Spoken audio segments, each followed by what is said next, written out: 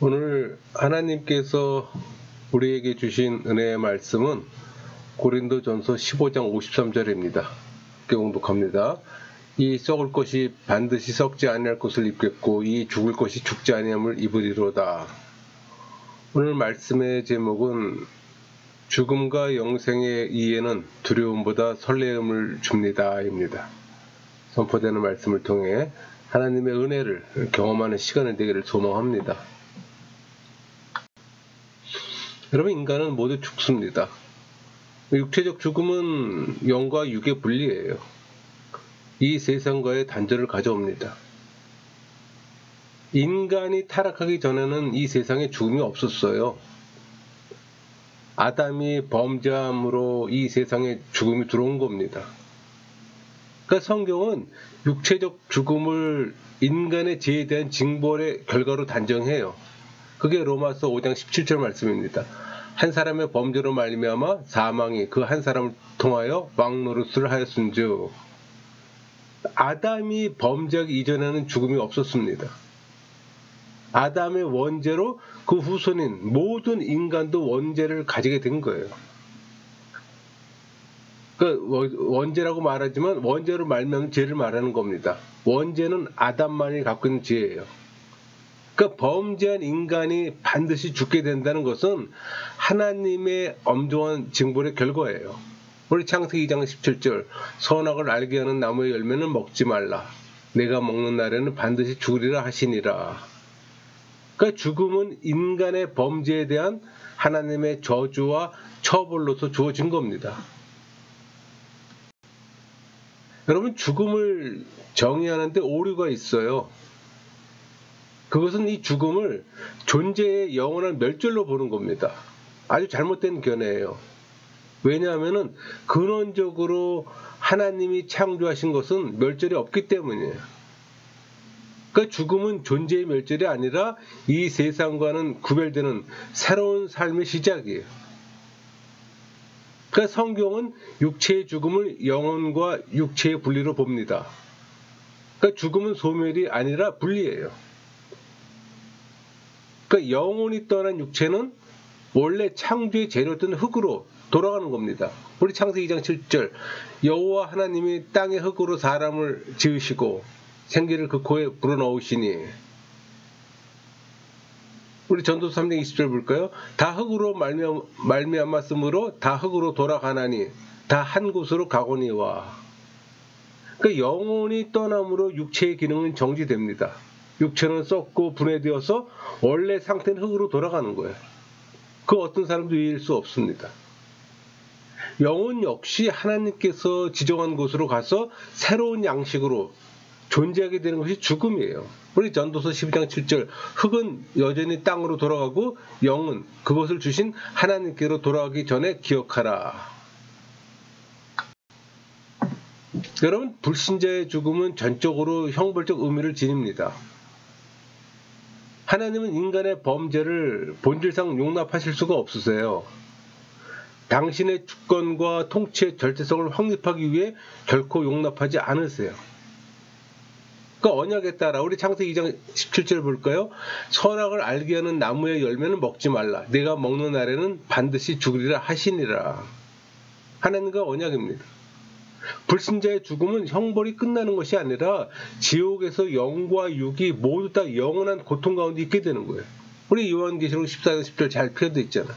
그도 하나님의 진노의 포도주를 마시리니 그 진노의 잔에 섞인 것이 없이 부은 포도주라. 거룩한 천사들 앞과 어린 양 앞에서 불과 유황으로 고난을 받으리니. 그러니까 불신자에게 있어서 죽음은 공포와 좌절의 벽이에요. 또 누빌 수밖에 없는 겁니다. 여기서 불신자라고 할 때는 종교인도 포함되는 겁니다. 여러분, 신앙인은 중생하는 순간 그리스도의 보혈의 공로로 모든 죄책을 면제받습니다. 의롭다움을 입은 존재예요. 그러니까 그리스도로부터 전가받은 의로 인해서 신앙인은 과거, 현재, 미래 모든 죄를 단번에 용서받아요. 우리 로마서 5장 21절 잘 증거하잖아요. 이는 죄가 사망 안에서 왕노릇한 것 같이 은혜도 또한 의로 말미암아 왕노릇하여 우리 주 예수 그리스도로 말미암아 영생에 이르게 하려 함이라. 그러니까 죽음은 인격적, 존재적 통일성과 연속성을 유지한 채 전혀 다른 차원의 생을 시작하는 겁니다. 그러니까 죽음이 복된 삶의 출발점이에요. 세속의 사람들이 생각하는 건 많이 다르죠. 육체의 죽음은 모든 인간에게 선포되었던 죄의 대가에 대한 시행이에요. 그러나 하나님은 인간의 타락 이후 창조주의 은총으로 그리스도의 구속을 통한 구원의 기회를 주셨어요. 그리하여 이제 첫 타락에 의한 이 영벌의 무조건적 즉각적 시행을 유예하신 겁니다. 각자에게 그 자신의 인생을 통해 구원의 기회를 선택할 새로운 기회를 주셨어요. 그것이 새 구속의 법에 의해 사료에 규정된 영복과 영벌을 시행하게 된 겁니다. 그러므로 외적으로는 이 죽음이라는 동일한 과정을 겪지만 죽음은 성도와 불신자 각자에게 전혀 다른 의미를 가지는 거예요. 여러분, 예수님의 비하와 순환을 통한 이 구원의 진리는 인간의 이성으로는 깨달을 수 없는 신비입니다. 우리 고린도서 1장 21절 하나님의 지혜에 있어서는 이 세상이 자기 지혜로 하나님을 알지 못하므로 천국도 마치 밭에 감추인 보와 같습니다. 우리 마태복음 13장 44절 천국은 마치 밭에 감추인 보와 같으니 사람이 이를 발견한 후 숨겨두고 기뻐하며 돌아가서 자기의 소유를 다 팔아 그 밭을 사느니라. 그러니까 보화를 본 자 외에는 아무도 알지 못하는 신비예요. 신앙인만이 알 수 있는 겁니다. 그 말은 천국의 비밀과 천국 시민권은 이 세상에서는 외형적으로는 쉽게 구분되지가 않아요. 만약에 천국에 대해 누구나 알 수 있다면 천국은 비밀이 아니죠. 모든 사람이 다 천국 시민이 되려 할 겁니다. 하나님은 알곡과 가라지를 출세까지 같이 있게 하시며 천국과 지옥에 들어갈 자를 마지막까지 숨기세요. 이런 하나님의 비밀스러운 섭리는 대종말에 이르렀어야 천국이 완전히 실현될 겁니다. 개인적으로는 죽음을 통해서 천국 시민권과 천국 비밀의 일부가 비로소 드러나게 됩니다. 따라서 성도 역시 불신자와 마찬가지로 천국과 지옥의 결정적 기로에서의 죽음을 경험하게 될 겁니다. 여러분, 인간의 삶은 육체적 죽음 이전의 삶과 이후의 삶으로 나눠 생각할 수가 있어요. 그러니까 죽음 이전의 삶은 지금 여러분의 삶을 말하는 겁니다. 자신의 의지에 따라 구원과 관련된 선택이 가능해요. 그러니까 죽음 이후의 삶은 천국과 지옥의 삶으로 나누어지는 거예요. 죽음 이후에서는 선택할 수가 없잖아요. 그리고 이 천국과 지옥의 구분은 그리스도 보혈의 공로를 힘입었는지 여부에 따라서 완전히 고정되며 변화될 수가 없는 거예요. 그 말은 죽음 이전의 삶은 구원이나 하나님의 관계 등 어떤 유동적이나 죽음 이후의 삶은 고정된다는 겁니다. 그러니까 여러분이 구원도 여러분 스스로가 선택할 수가 있는 거예요. 따라서 죽음은 신앙인에 있어서 영생과 천국의 복락을 확보했다는 적극적 의미를 갖는 겁니다. 여러분 성령세례 받은 신앙인입니까? 그렇다면 여러분 영생과 천국의 복락을 확보한 사람입니다. 종교인이라면 아직 그 과정에 들어가는 사람이에요. 아직 확보 못했다는 겁니다. 그러나 확보할 기회가 있다는 거예요. 여러분, 인간의 육체적 죽음은 인격이나 존재 자체가 소멸되는 게 아니에요. 근데 세상 사람들은 소멸되는 걸 생각하잖아요. 그게 신앙인과 불신자의 차이예요. 이 세상에서 삶의 마감이 아니라 필히 사후에 새롭고 영원한 삶과 이어지는 분기점을 이뤄요. 이것은 그리스도의 재림으로 세상 역사의 종말만이 아니라 새 세상의 도래로 이어집니다. 그러니까 이런 사실은 인간의 생명은 영원하다는 사실과 즉각적으로 연결되는 거예요. 그러니까 인간의 영생을 말하는 겁니다. 그러니까 그러니까 불신자와 성도에게 죽음 자체는 동일하게 겪지만 죽음 이후에 영생의 상태가 서로 각각 다른 사실이 반영될 겁니다. 만약 죽음이 인격의 완전한 소멸이었다면 불신자나 성도의 죽음은 별반 다른 의미를 가질 수가 없어요.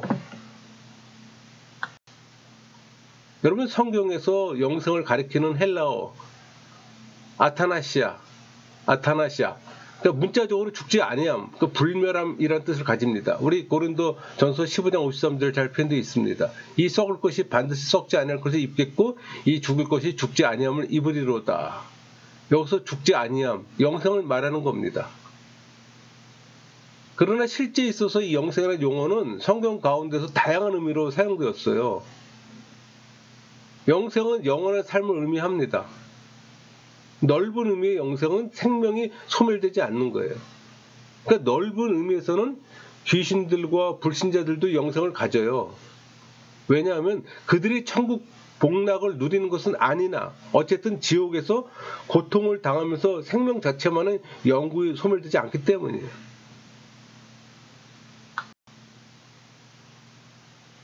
여러분, 성경에서는 대부분 영생을 좁은 의미에서 사용합니다. 우리 요한복음 3장 16절 하나님이 세상을 이처럼 사랑하사 독생자를 주셨으니 이는 그를 믿는 자마다 멸망하지 않고 영생을 얻게 하려 하심이라. 단순히 생명이 존속하는 데 그치는 것이 아니라 하나님이 신앙인에게만 허락되는 복된 상태에서 영생을 말하는 겁니다. 그러니까 좁은 의미의 영생은 양적 개념이 아니라 질적 개념이에요.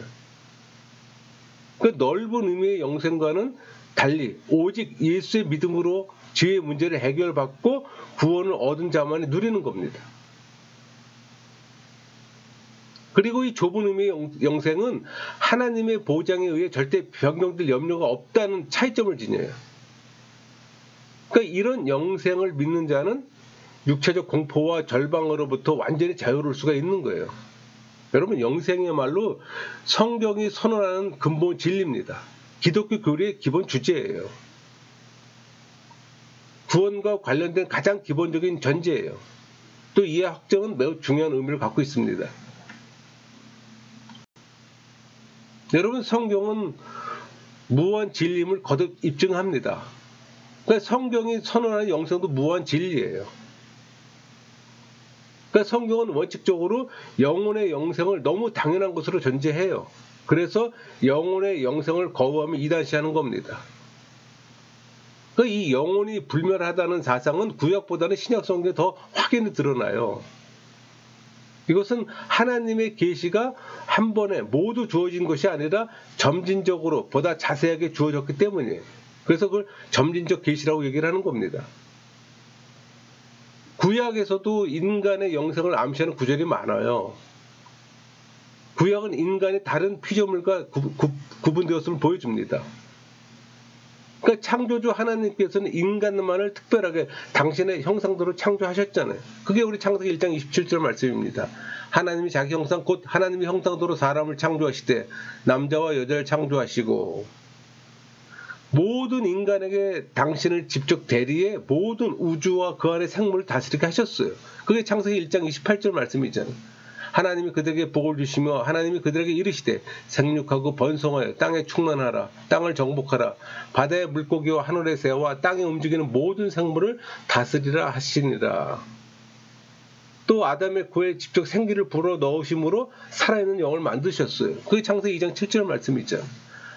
여호와 하나님이 땅의 흙으로 사람을 지으시고 생기를 그 코에 불어 넣으시니 사람이 생명이 되니라. 또 다른 짐승들과 달리 인간으로 하여금 영혼을 사모하는 마음을 갖게 하셨어요. 그게 전도서 3장 11절 말씀이잖아요. 하나님이 모든 걸 지으시되 때를 따라 아름답게 하셨고 또 사람들에겐 영혼을 사모하는 마음을 주셨느니라. 그러니까 하나님께서 인간에게만 영원한 구원과 형벌을 골자로 하는 언약을 세우셨어요. 그게 창세기 17장 7절 말씀이에요. 내가 내 언약을 너와 너 및 네 대대손손 사이에 세워서 영원한 언약을 삼고 너와 네 후손에 하나님이 되리라.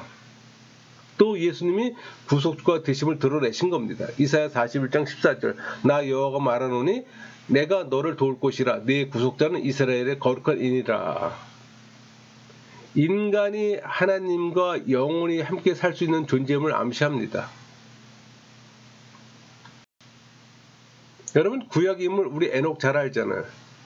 에녹과 엘리야는 죽음을 보지 않고 이 세상을 떠나 내세로 직접 들어갔어요. 또 구약의 많은 족장들은 죽음을 족장에 돌아가는 것으로 이해했어요. 그게 창세기 15장 15절 말씀입니다. 너는 장수하다가 평안히 조상에게로 돌아가 장사될 것이요. 다윗도 죽은 아들을 만나려는 소망을 피력했어요. 그게 사무엘하 10장 23절 말씀이 있잖아요. 나는 그에게로 가려니와 그는 내게로 돌아오지 아니하리라 하니라. 이런 사실들은 구약시대 사람들도 이미 육체가 죽은 이후에도 영원한 삶이 있다는 사실을 깨달았음을 보여주는 겁니다.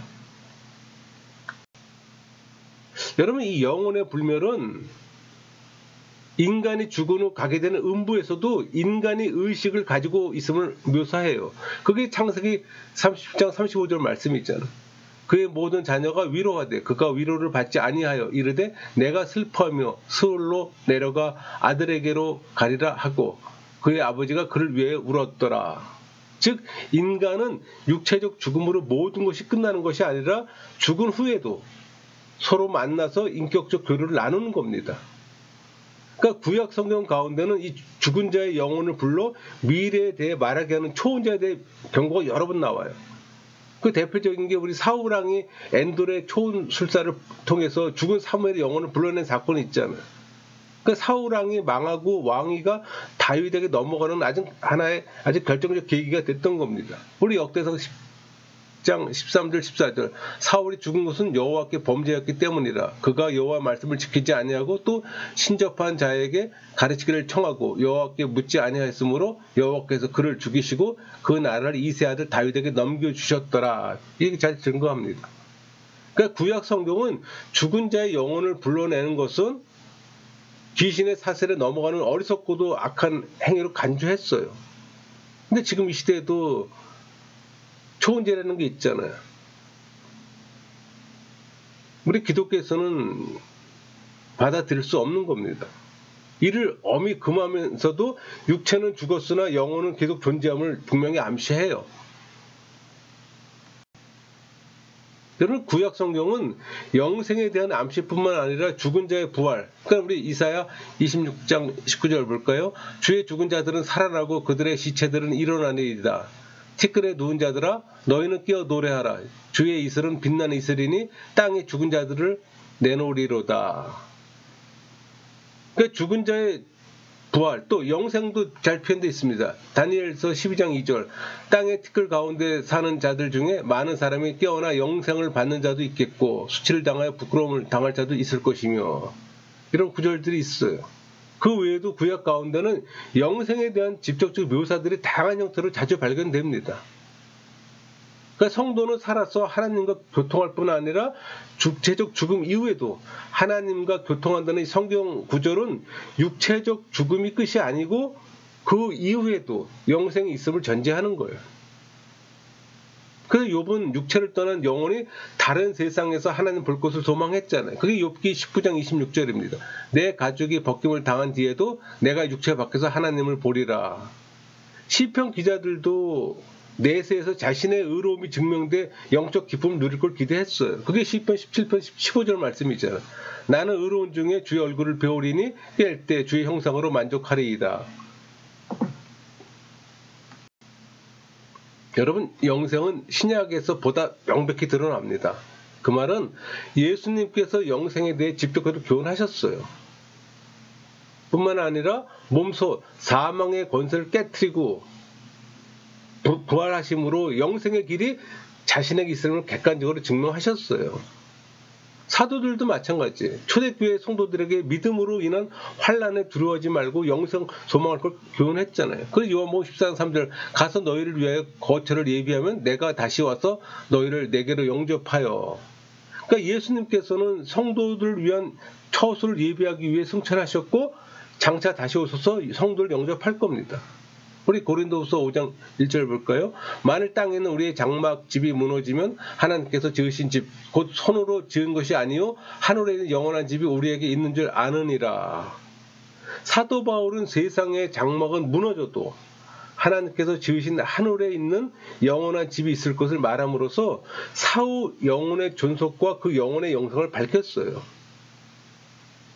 그러니까 신약 성경은 영혼의 영생뿐만 아니라 그리스도께서 재림하실 때 성도의 육체가 썩지 않을 육체로 부활할 것도 여러 번 예언합니다. 우리 데살로니가전서 4장 16절 하늘로부터 강림하시리니 그리스도 안에서 죽은 자들이 먼저 일어나고, 또 요한복음 5장 29절 볼까요? 선한 일을 행한 자는 생명의 부활로 악한 일을 행한 자는 심판의 부활로 나오리라. 그러니까 성도들은 영혼과 더불어 새 몸까지 입은 상태에서 그리스도와 더불어 영생에 동참합니다. 그러니까 악한 자 역시 부활에 육체를 입고 사단과 더불어 영원한 형벌 가운데 있게 될 것임을 지금 거듭 확인하는 거예요. 여러분, 신약 성경은 사후 영혼의 존속과 육체의 부활에 대해 예언합니다. 뿐만 아니라 보다 구체적으로 인간의 내세에서 영원한 상태, 곧 영생의 어떤 세부적 내용까지 언급해요. 우리 마태복음 13장 43절 그때 의인들은 자기 아버지 나라에서 해와 같이 빛나리라. 귀 있는 자들은 들으라. 그러니까 신앙인은 그리스도 보혈의 공로로 죄악에서 벗어나 성결해진 영혼과 또 새롭게 변화된 몸을 가지고 천국에서 또 그리스도와 더불어 영원한 평화와 희락 가운데 살게 될 것을 밝히는 겁니다. 우리 요한계시록 20장 10절 볼까요? 또 그들을 미혹하는 마귀가 불과 유황목에 던져지니 거기는 그 짐승과 거짓 선자도 있어 세사토록 밤낮 괴로움을 받으리라. 그러니까 불신자는 형벌을 받아 지옥에서 영원토록 꺼지지 않는 이 불과 유황불 가운데서 고난을 받을 겁니다. 그러니까 신약은 영생을 당연한 것으로 전제하고 구체적인 삶의 내용까지 묘사해요. 그러니까 신약 성경은 예수님 부활을 통해 죽음이 모든 것의 끝이 아님을 역사적으로 증명했어요. 또 그 말은 사망의 권세를 극복하고 부활의 첫 열매 되신 그리스도께서는 장차 있을 이 성도들의 부활과 영생을 객관적으로 보증하신 겁니다. 여러분, 그게 믿어집니까? 사실 죽음 위의 인식은 명확치 않아요. 그러나 즐거움과 고통은 뚜렷이 느낄 수 있다는 것이 성경적 입장입니다. 그러니까 죽은 사람은 아무런 의식을 갖지 못한다고 보는 건 이단 사상이에요. 대표적인 이단인 여호와의 증인과 안식교는 사람이 죽으면 육체가 부활할 때까지 영혼은 깊은 잠을 자는 듯한 무의식 상태에 유지된다고 보잖아요. 그러나 이런 주장을 하는 것은 성경이 죽음을 잠으로 묘사했기 때문에 잘못 해석하는 거예요. 우리 마태복음 9장 24절 이르시되 물러가라. 이 소녀가 죽은 것이 아니라 잔다 하시니 그들이 비웃더라. 이 잔다라는 표현 때문에 그런 얘기를 하는 겁니다. 그러니까 죽은 자의 무식 상태에 있는 듯이 암시하는 것이 우리 전도서 9장 10절이에요. 내가 장차 들어갈 세월에는 일이 없고 계획도 없고 지식도 없고 지혜도 없음이니라. 이런 말씀 구절의 잘못된 해석 때문에 그런 생각들을 갖는 거예요. 죽으면 아무 의식이 없다고. 그러나 성경이 죽음을 잠으로 표현한 것이 사후 영혼의 의식이 없음을 보여주는 증거가 아니에요. 왜냐하면 이런 표현은 죽음이 그 당장 사람이 보기에는 모든 것의 끝인 것처럼 생각되나 그렇지 않아요. 예수님께서 재림하실 때 잠에서 깨는 것처럼 다시 일어날 것에 대해서 이 영생을 보는 부활의 어떤 확신을 위한 표현이에요.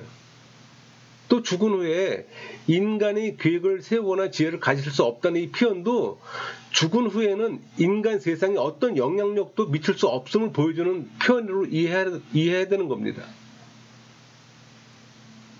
우리 누가복음에서도 그런 표현 있잖아요. 부자와 나사로 비유 있잖아요.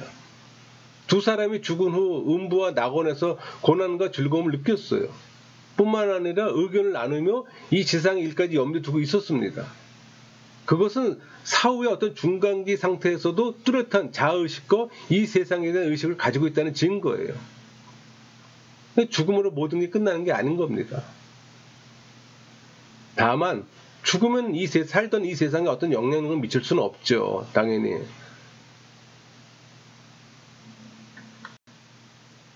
여러분, 인간은 죽은 후에도 육체와 영혼이 분리된 후에도 육체는 썩어서 흙으로 돌아가나 영혼은 계속 자아의식을 가져요.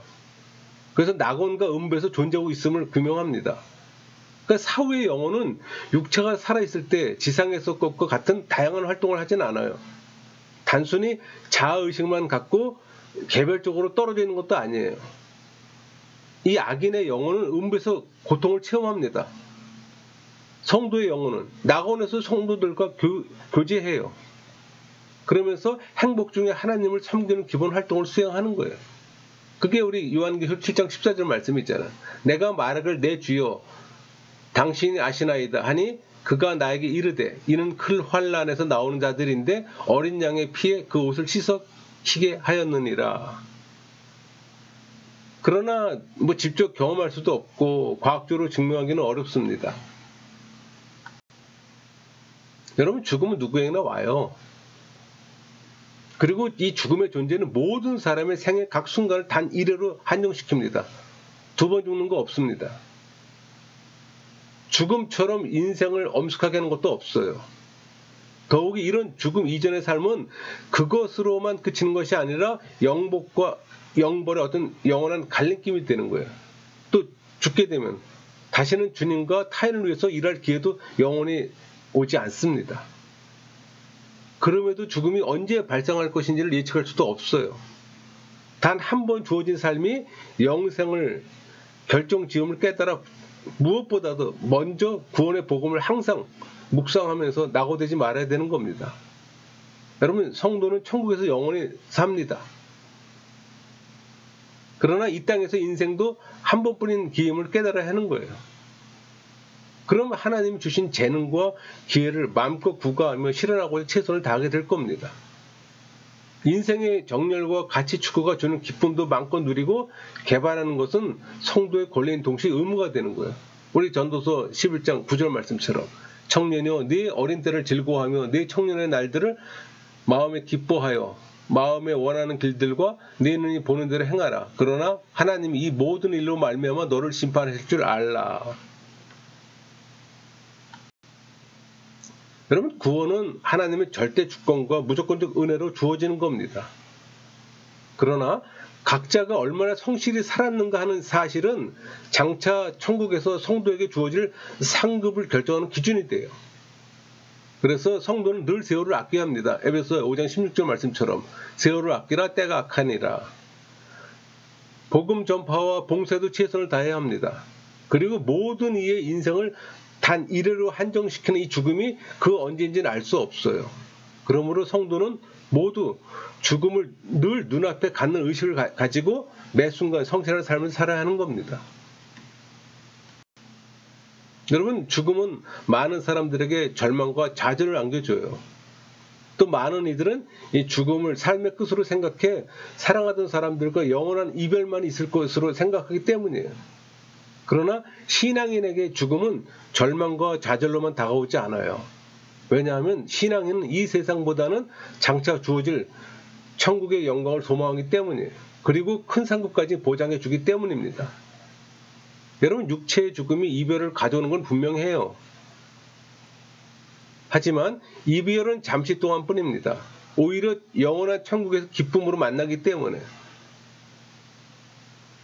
죽음이 순간적으로는 극복하기 어려워요. 인정합니다. 또 일상적 경험의 영역이 아닌 죽음 이후에 어떤 확신, 부족으로 다소간의 낙심에 빠질 수 있어요. 그러나 연약해질 때 사랑과 은혜의 하나님과 절대 무한 성경 진리에 의지해 이 죽음의 실체를 깨닫고 죽음이 가져오는 어떤 절망과 좌절을 극복해야 합니다. 즉 죽음으로 잠시 고통과 좌절에 빠지는 것은 자연적인 일이에요. 우리 고린도서 15장 55절 사망아 너의 승리가 어디 있느냐, 사망아 네가 쏘는 곳이 어디 있느냐.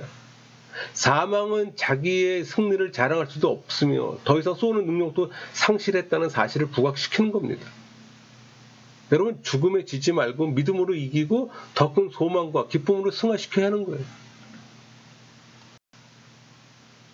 그러니까 죽음에 대한 보통 사람들의 일체적 반응은 공포잖아요. 왜? 다가올 미지의 세계와 심판에 대한 두려움이 사람들의 마음을 사로잡기 때문이에요. 그러나 성경을 통해 죽음 이후에 있을 모든 일을 동시로 알고 있는 신앙인에게 있어서 죽음은 두려움의 대상이 아닙니다. 다만 이 세상보다 더 좋고 더 높은 저 세상으로 옮겨가는 관문일 뿐이에요.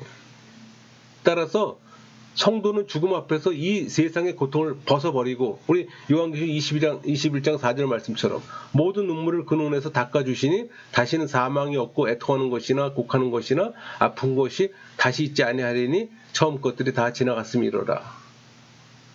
또 생명의 면류관이 준비된 영원한 천국의 기쁨을 바라보며 우리 요한계시록 2장 10절 너는 장차 받을 고난을 두려워하지 말라. 볼지어다 마귀가 장차 너희 가운데서 몇 사람을 옥에 던져 시험을 받게 하리니 너희가 10일 동안 환난을 받으리라. 내가 죽도록 충성하라. 그리하면 내가 생명의 관을 네게 주리라.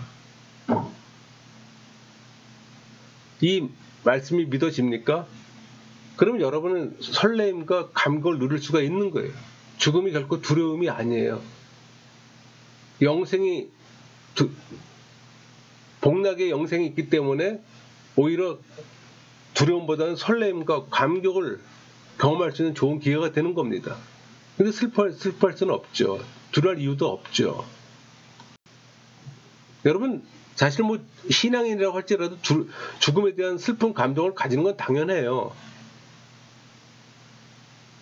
그렇잖아요. 사랑하는 사람들과도 잠시 이별해야 하기 때문에. 그래서 뭐 죽음을 슬퍼하는 건 당연합니다. 우리 창세기 5장 50장 10절 보세요. 그들이 요단강 건너편 아닥 타작 마당에 이르러 거기서 크게 울고 애통하며 요셉이 아버지를 위해 7일 동안 애곡하였더니. 그러나 죽음이 영원한 이별이라고 생각하는 불신자처럼 죽음에 대해 지나치게 슬퍼해서는 안 됩니다. 사랑하는 사람의 죽음 앞에서 순간에 격한 슬픔이 있어요. 그러나 장차 있을 부활과 영생과 천국 시민으로서의 어떤 영광된 삶에 대한 소망을 함께 나누며 위로해야 합니다. 우리 로마서 12장 15절 즐거워하는 자들과 함께 즐거워하고 우는 자들과 함께 울라. 여러분 2000년 교회 역사에 걸쳐서 죽음에 심한 어떤 슬픔 중에서도 순수한 마음으로 이웃을 위로하고 도왔어요. 이 돕는 일은 예수님의 사랑과 소망을 전하고 나누는 아주 중요한 기회가 되기도 합니다. 여러분이 그 기회의 주인공이 되기를 소망합니다. 말씀 마치겠습니다.